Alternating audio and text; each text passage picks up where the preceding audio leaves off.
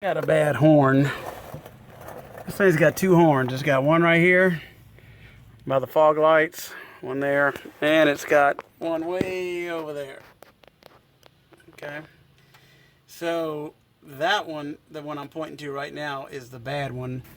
Well, this one doesn't sound too good anyway. So I verified this is the what's left of the good one. So let me show you what it sounds like.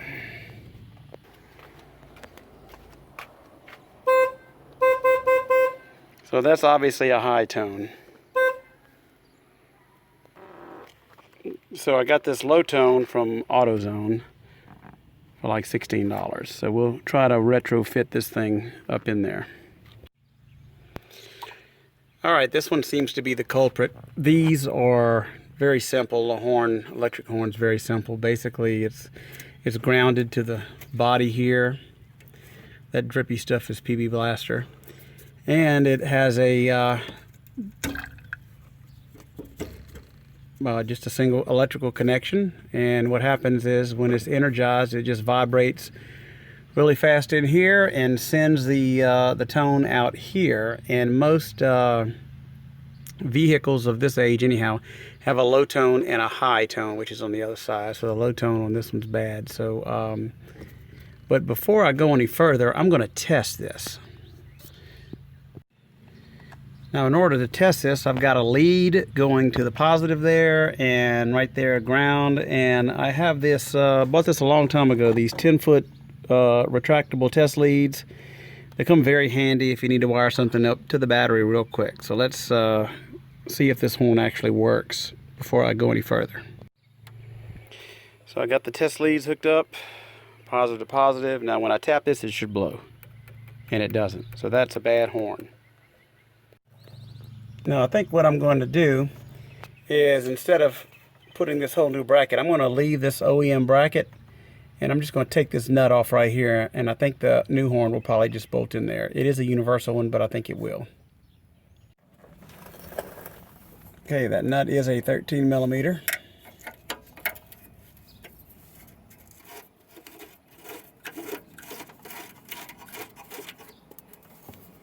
It should come just right out.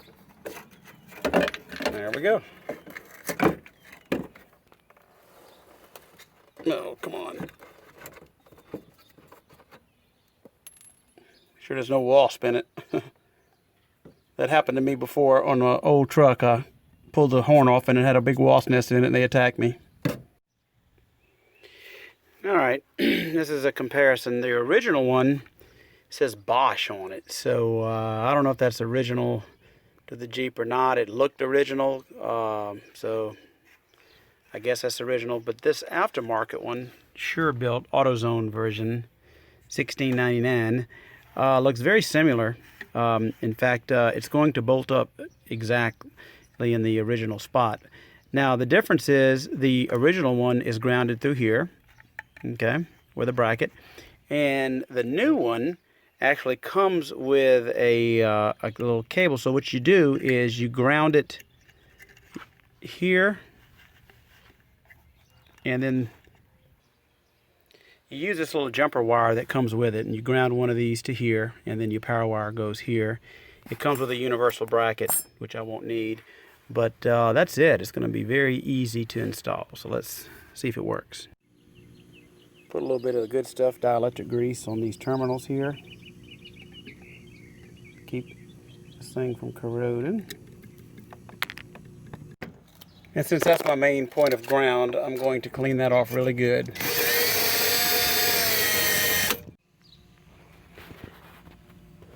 The new one used a 10 millimeter bolt. It's an interesting washer that was on the old one. It says 12 volts. It's got a part number there for the washer. I'm not sure what that meant. Anyway, I reused the original washer. And one thing to remember on horns is your horn here, you want it angled down because you don't want water getting up in there and sitting. I've actually seen a horn before twisted on another old car I had, and it was full of water because it was faced up. So you want your horn face down where the water can drip out. And you also, on a Jeep, you don't want this turned completely one 80, because if the horn's on this side, it's going to be next to the tire getting all kind of debris. So got the horn facing in, both the horns are facing one another. Put some dielectric grease on it. This aftermarket one, that's the stock wiring harness, didn't have to do any modification. So let's go see if it worked. First blow, let's see. It works. Well, that's probably one of the easiest repairs you can do. Now that I've got the horn working, I can go get my useless fake inspection sticker that I need to be legal, and got my new windshield installed. So this is almost the end of the Cheap Jeep series, because I think it's about as good as you can get without doing any other modifications. So hopefully that helped. And one more thing before I go. Do you know what these are? I had no idea what these were. Probably threw them away on one Jeep, but I accidentally kept one in a bucket. I got these from eBay, but I didn't even know what to look for. So what they are the bumpers to keep your glove box from just falling over. And that's what they look like right there. These items are not reproduced. They are only available from a wrecking yard. And these were the only ones I found on eBay. I found a pair. Good old eBay. But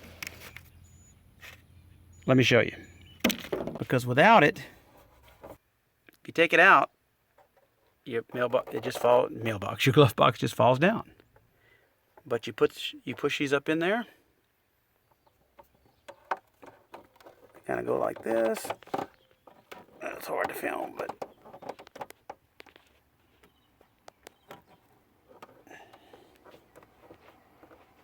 just like that. And each one takes two. They actually go in like this. Boom, like that. So there's two of them, one for each side. So yes, I did not know such a simple device would do that. And that's what you want. Crazy. Thanks for watching.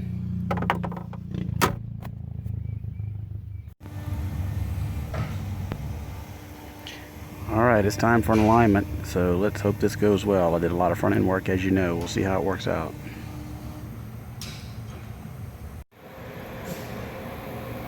He is now putting the four-wheel alignment device on it.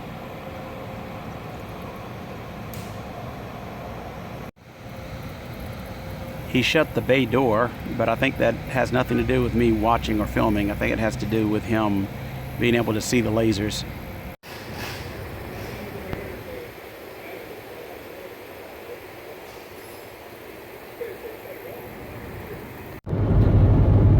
Okay, now this is post alignment. What's wrong with this picture? I'm going straight. You see anything wrong with this?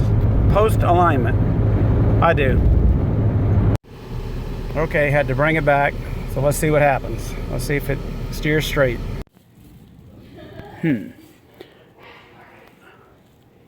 This just might be what's wrong with America.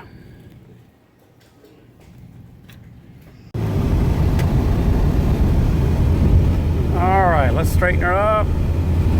That's more like it. That's perfect.